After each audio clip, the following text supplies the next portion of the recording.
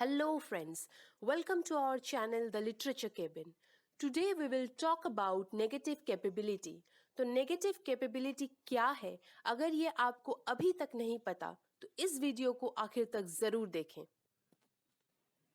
John Keats ने एक letter में अपने भाई जॉर्ज और थॉमस किट को लिखा कि several things dovetailed in my mind, and at once it struck me what quality went to form a man of achievement, especially in literature, and which Shakespeare possessed so enormously.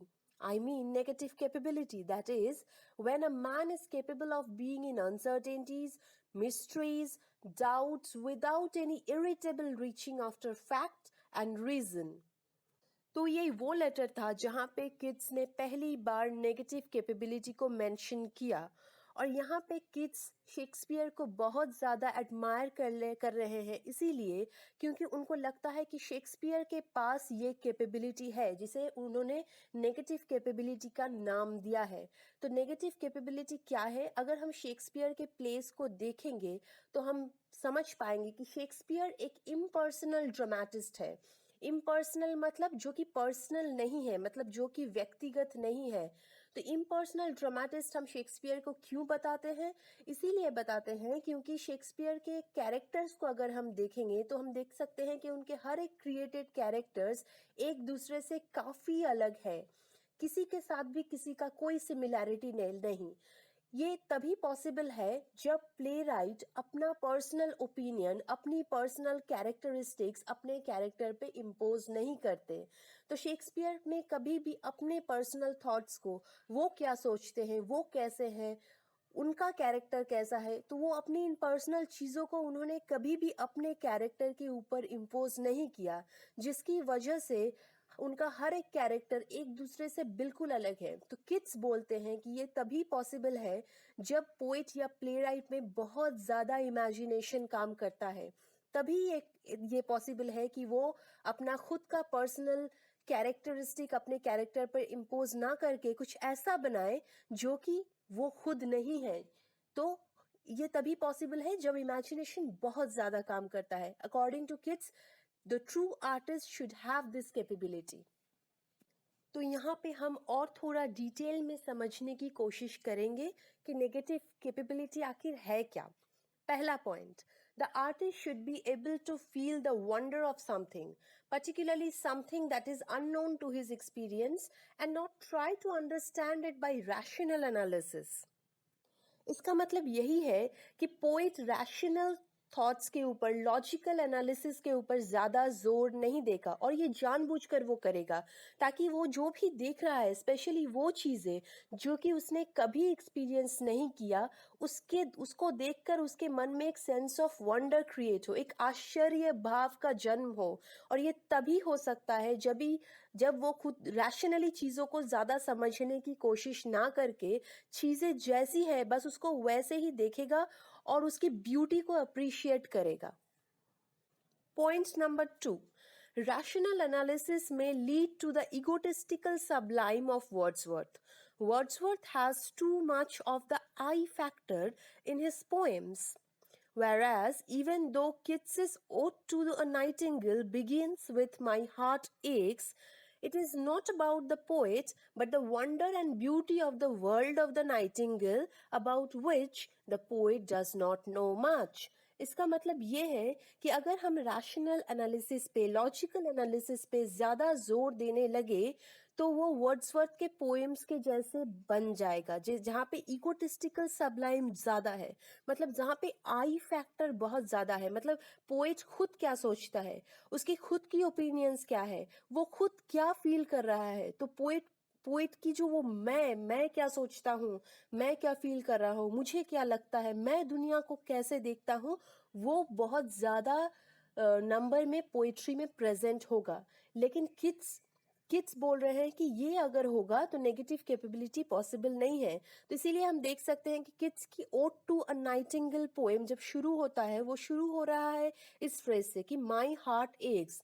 तो although the poet is using the word my here, तो अगर वो my word use कर रहे हैं, लेकिन अगर हम इस पोएट्री को थॉरली फॉलो करेंगे तो देखेंगे कि यहाँ पे पोएट खुद के ऊपर ज्यादा जोर नहीं दे रहे हैं। वहां पे इस पोएम पे आई फैक्टर ज्यादा नहीं है, रादर वो नाइटिंगेल के वर्ल्ड को जैसे परसीव कर रहे हैं, एक ऐसा वर्ल्ड जहाँ पे according to the poet mortality नहीं है, जहाँ पे डेथ नहीं है, जहाँ पे सफरिंग नहीं है, वो एक वर्ल्ड है ब्यूटी और आर्ट का। तो वो नाइटिंगेल की उस वर्ल्ड को देखकर इतना वंडर फील कर रहे हैं, इतना खुश हो रहे हैं कि वो उस वंडर को अपने पोइट्री के थ्रू जाहिर कर रहे हैं। तो नेगेटिव कैपेबिलिटी यही है, जहाँ पे आई फैक्टर ज्यादा नहीं होगा। पोइट खुद के बारे में नहीं बात करेगा, पोइट वर्ल्ड के बारे में, नेचर के बारे में और नेचर में प्रेजेंट ब्यूटी के बारे में बहुत ज़्यादा बात करेंगे। रैशनल एनालिसिस और लॉजिकल रीजन के बारे में, लॉजिकल फैक्ट्स के बारे में वो ज़्यादा नहीं सोचेंगे। Point number 3, according to Keats, a true poet remains content with half knowledge. He does not strive for verisimilitude. The actual truth does not matter to him. It is the poetic truth which really matters for a great poem. इसका मतलब ये है कि poet जानबूझकर जब half knowledge में ही satisfied रहता है, वो जानबूझकर ट्रूथ के पीछे भागना बंद कर देता है। ऐसा ट्रूथ जो कि एक्चुअल ट्रूथ है, जो वर्ल्डली ट्रूथ है, जो लॉजिक और रीजन पे बेस्ड है, उस एक्चुअल ट्रूथ को, उस वेरिसिमिलिट्यूड मतलब उस एक्चुअल ट्रूथ के पीछे वो भागना बंद कर देता है। उसके लिए सिर्फ एक ही ट्रूथ मैटर करता है, वो है पोएटिक ट्रूथ। उसके लिए वो पोएटिक ट्रूथ क्या है? वो पोएटिक ट्रूथ है जब वो जानबूझकर एक्चुअल ट्रूथ को नेग्लेक्ट करता है, रिजेक्ट करता है और जानबूझकर एक ऐसी सिचुएशन में रहता है जो कि अननोन है, जिसमें अनसर्टेनिटीज है, जो कि डाउटफुल है, जो कि मिस्टीरियस है, जो कि एक ड्रीम लाइक वर्ल्ड है। तो पोएट जब जानबूझकर एक्चुअल ट्रूथ को, जो कि लॉजिक और रीजन पे बेस्ड है, उसको रिजेक्ट करके अपनी ही खुद की बनाई हुई एक दुनिया में खुद को सरेंडर करता है, जहाँ पे अनसर्टेनिटीज है, जहाँ पे डाउटफुलनेस है, जहाँ पे मिस्ट्रीज है, उसके लिए वही बन जाता है पोएटिक ट्रूथ। और उस वही ट्रूथ पोएट के लिए मैटर करता है। और ये ट्रूथ कहाँ से मिलती है? ये ट्रूथ मिलती है जब पोएट बहुत ज़्यादा इमेजिनेशन को अपने इंडल्ज करते हैं, वो बहुत ज़्यादा इमेजिनेटिव होते हैं। तो ये इमेजिनरी जो ट्रूथ है, ये जो पोएटिक ट्रूथ है, जो कि इमेजिनेशन से मिल सकता है, यही ट्रूथ पोएट के लिए सबसे ज़्यादा मैटर करता है। तो ये हाफ नॉलेज ज़रूरी है अगर नेगेटिव कैपेबिलिटी को पाना है। तो यहाँ पे हमने एक एग्जाम्पल लिया है from ode to a nightingale, एक स्टैंजा जहाँ पर पोइट लिख रहे हैं, I can not see what flowers are at my feet, nor what soft incense hangs upon the boughs, but in embalmed darkness guess each sweet wherewith the seasonable month endows. तो यहाँ पे हम देख सकते हैं कि पोएट बोल रहे हैं कि मेरे पैर के पास कौन से फूल गिरे हैं मुझे नहीं पता, मैं उसे नहीं देख सकता, या फिर मैं जिस पेड़ के नीचे बैठा हूँ उसके डाल से किस चीज़ की खुशबू आ रही है वो भी मुझे नहीं पता, लेकिन मैं गेस कर सकता हूँ अपने इमेजिनेशन से कि उसमें क्या फूल खिले होंगे। तो यहाँ पे देखिए पोएट जानबूझकर अपने रैशनल एनालिसिस को सस्पेंड कर रहे हैं। वो जानबूझकर कह रहे हैं कि मैं नहीं देखूंगा, मुझे नहीं, वो नहीं देखना चाहते, वो देख नहीं सकते, तो इसीलिए वो गेस कर रहे हैं। और जब भी वो गेस कर रहे हैं इसका मतलब है वो अपने इमेजिनेशन को बहुत ज़्यादा इंडल्ज कर रहे हैं। गेस कर रहे हैं जब, तब वो अपने इमेजिनेशन को काम करने के लिए छोड़ दे रहे हैं, अपने लॉजिक और रीज़न पे ज़्यादा ध्यान नहीं दे रहे हैं।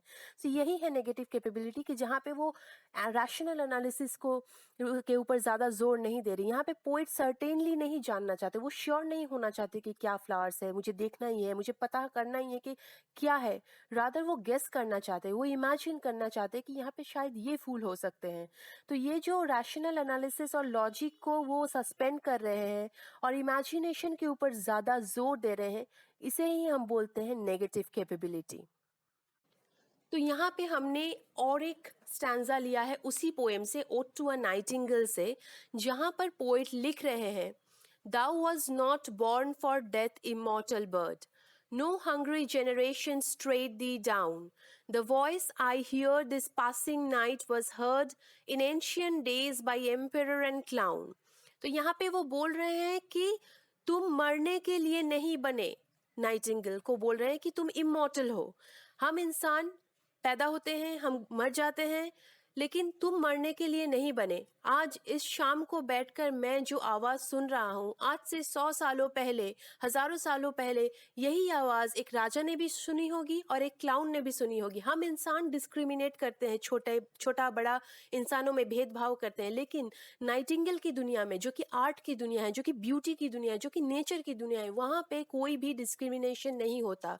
तो इस पैसेज को अगर हम अच्छी तरह से देखेंगे तो देखेंगे किस तरह से यहाँ पे किड्स ने अपने इमेजिनेशन को बिल्कुल छोड़ रखा है, इमेजिनेशन को फुल्ली यूज कर रहे हैं वो यहाँ पर। और यहाँ पे वो बिल्कुल भी उस बर्ड को, उस नाइटिंगेल को रैशनली समझने की कोशिश नहीं कर रहे हैं।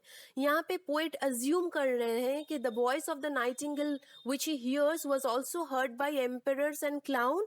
तो ये जो कैपेबिलिटी है पोएट का, जहाँ पे वो रैशनल थॉट्स को सस्पेंड करके जानबूझकर एक इमेजिनरी वर्ल्ड में है, इसे ही नेगेटिव कैपेबिलिटी कहा जाता है। क्योंकि अगर हम रैशनली समझने की कोशिश करेंगे तो हमें पता है कि कोई भी बर्ड इमॉर्टल नहीं होता, हर एक बर्ड मारा जाता है। लेकिन पोएट यहाँ पे उस पर्टिकुलर बर्ड के बारे में नहीं बात कर रही। पोएट यहाँ पे उस बर्ड की जो आवाज है, जो आर्ट है, जो ब्यूटी है, उसके बारे में बात कर रही। वो आर्ट, वो साउंड, वो जो सॉन्ग है नाइटिंगेल का, वो कभी खत्म नहीं होगा।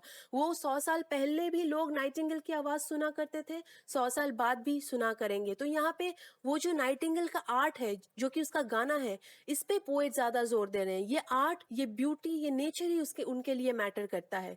तो यही है नेगेटिव कैपेबिलिटी, जहाँ पे लॉजिकल थिंकिंग पे जोर ना देकर, जहाँ पे रीजनिंग पे ज्यादा जोर नहीं देकर, पोइट ब्यूटी और नेचर पे ज्यादा जोर दे रहे हैं, पोइटिक ट्रूथ पे ज्यादा जोर दे रहे हैं। तो हमने ऑलरेडी डिस्कस किया था कि किस तरह से वर्ड्सवर्थ की पोइट्री में ईगोटिस्टिकल सबलाइम बहुत ज़्यादा है, यानी कि आई फैक्टर बहुत ज़्यादा है। नेगेटिव कैपेबिलिटी वर्ड्सवर्थ के पोइट्री में नहीं है। तो किस तरह से वर्ड्सवर्थ के पोइट्री में नेगेटिव कैपेबिलिटी नहीं है और किड्स के पोइट्री में है, ये समझने के लिए हमने वर्ड्सवर्थ की पोइट्री से, टिंटन एबी से एक स्टैंजा यहाँ पर रखा है। तो आप इस स्टैंजा को हम पहले पढ़ेंगे। Knowing that nature never did betray the heart that loved her. It is her privilege through all the years of this our life to lead from joy to joy, for she can so inform the mind that is within us, so impress with quietness and beauty, and so feed with lofty thoughts, that neither evil tongues, rash judgments, nor the sneer of selfish men, nor greetings where no kindness is, nor all the dreary intercourse of daily life shall ever prevail against us, or disturb our cheerful faith that all which we behold is full of blessings.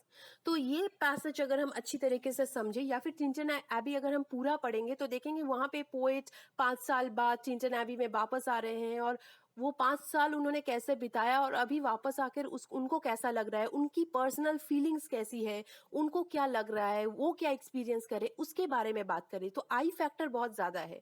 इस passage में भी हम देख सकते हैं कि किस तरह से पोएट जो भी बोल रहे हैं उसको लेकर वो बिल्कुल श्योर है। उनको पता है कि बस ऐसा ही है और कुछ हो ही नहीं सकता। उनको पता है कि नेचर से जो प्यार करेगा, नेचर उसे कभी नहीं बिट्रे करेगा, नेचर उसे सिर्फ जॉय देगा, नेचर उसे सिर्फ ब्यूटी देगा, नेचर कभी भी उसको डिस्ट्रैक्ट नहीं करेगा, नेचर कभी भी उससे क्रूअली बिहेव नहीं करेगा, नेचर उससे रूडली बिहेव नहीं करेगा। रादर नेचर हमेशा उसको चीयरफुल रखेगा, एक ब्लिसफुल स्टेट में ले जाएगा। तो ये जो श्योरिटी है, सर्टेनिटी है, नॉलेज है, फुल नॉलेज है, ये नेगेटिव कैपेबिलिटी में नहीं होता है। नेगेटिव कैपेबिलिटी में पोएट हाफ नॉलेज को लेकर डील करते हैं, और ये वो इंटेंशनली करते हैं, जानबूझकर करते हैं। ऐसा नहीं कि उनको नहीं पता है इसीलिए वो हाफ नॉलेज में है, ऐसा नहीं है। उनको पता है लेकिन फिर भी वो जानबूझकर अपनी नॉलेज को, अपनी लॉजिकल थिंकिंग को, रैशनलिटी को सस्पेंड कर रहे हैं ताकि वो हाफ नॉलेज में रह सके, ताकि वो उस अनसर्टेनिटीज को, मिस्ट्रीज को, ड्रीम लाइक स्टेट को, जो कि उन्होंने खुद से क्रिएट किया है अपने इमेजिनेशन के थ्रू, उसको एंजॉय कर सके। तो वो जो uncertainty, half knowledge, dream like state है, वो यहाँ पर मिसिंग है। आप देख सकते हैं कि टिंटन एबी में पोएट जो देख रहे हैं उसी के बारे में बात कर रहे हैं। यहाँ पे वो कुछ इमेजिनरी चीज़ों के बारे में बात नहीं कर रहे हैं, जिस तरह से नाइटिंगेल में किड्स कर रहे हैं कि किड्स नाइटिंगेल की दुनिया में खो जा रहे हैं, जो दुनिया शायद रियल में वो कभी नहीं एंटर कर सकते। तो वहाँ पे वो अपनी इमेजिनेशन के थ्रू जाना चाहते हैं। वो बोल रहे हैं कि मैं तुम्हारे साथ तुम्हारी दुनिया में जाना चाहता हूँ, मुझे पता है कि मैं नहीं जा सकता, लेकिन फिर भी मैं जाना चाहता हूँ। तो वो जानबूझकर इस रियल जो दुनिया है, जो कि सफरिंग है, जिसमें डेथ है, पेन है, उसे वो रिजेक्ट करके एक ड्रीम लाइक स्टेट में, एक नाइटिंगेल की दुनिया में, जिसमें सिर्फ ब्यूटी है, जिसमें सिर्फ खूबसूरती है, वहाँ पे जो कि आर्ट की दुनिया है, वहाँ पे खुद को सरेंडर कर देना चाहते हैं। तो देख सकते हैं हम लोग किस तरह क्या डिफरेंस है कि टिंटन एबी में वर्ड्सवर्थ बिल्कुल सर्टेन है, वो जो देख रहे हैं वही बोल रहे हैं, उनकी खुद की एक्सपीरियंस, पर्सनल एक्सपीरियंस के बारे में बात कर रहे हैं। आई फैक्टर बहुत ज़्यादा है यहाँ पे। ऑन द अदर हैंड, हम जब नेगेटिव कैपेबिलिटी के बारे में बात करते हैं, तो ओटो नाइटिंगेल हम जब देखेंगे, वहाँ पे देखेंगे आई फैक्टर ज़्यादा नहीं है। पोइट खुद के बारे में ही नहीं बात कर रहे हैं सिर्फ, पोइट यहाँ पे नाइटिंगेल की दुनिया के बारे में बात कर रहे हैं, पोइट नेचर की बात कर रहे हैं, पोइट ब्यूटी की बात कर रहे हैं। तो इसे कहते हैं नेगेटिव कैपेबिलिटी, जहाँ पोइट जानबूझकर हाफ नॉलेज के ऊपर ड्वेल करते हैं, जहाँ पे अपने इमेजिनेशन के थ्रू एक ऐसी दुनिया में वो जाना चाहते हैं जो कि शायद रियलिटी में नहीं है, जहाँ पे वो थोड़ी देर के लिए खुद को सरेंडर कर देते हैं और उन्हें अच्छा महसूस होता है। तो यही है पोएटिक ट्रूथ पोएट के लिए। तो that is all about negative capability. I hope कि आपको ये वीडियो अच्छा लगा। अगर आपको ये वीडियो अच्छा लगा तो आप हमारे चैनल को सब्सक्राइब कीजिए और इस वीडियो को लाइक कीजिए, और कमेंट सेक्शन में ज़रूर बताइए कि आपको कैसा लगा।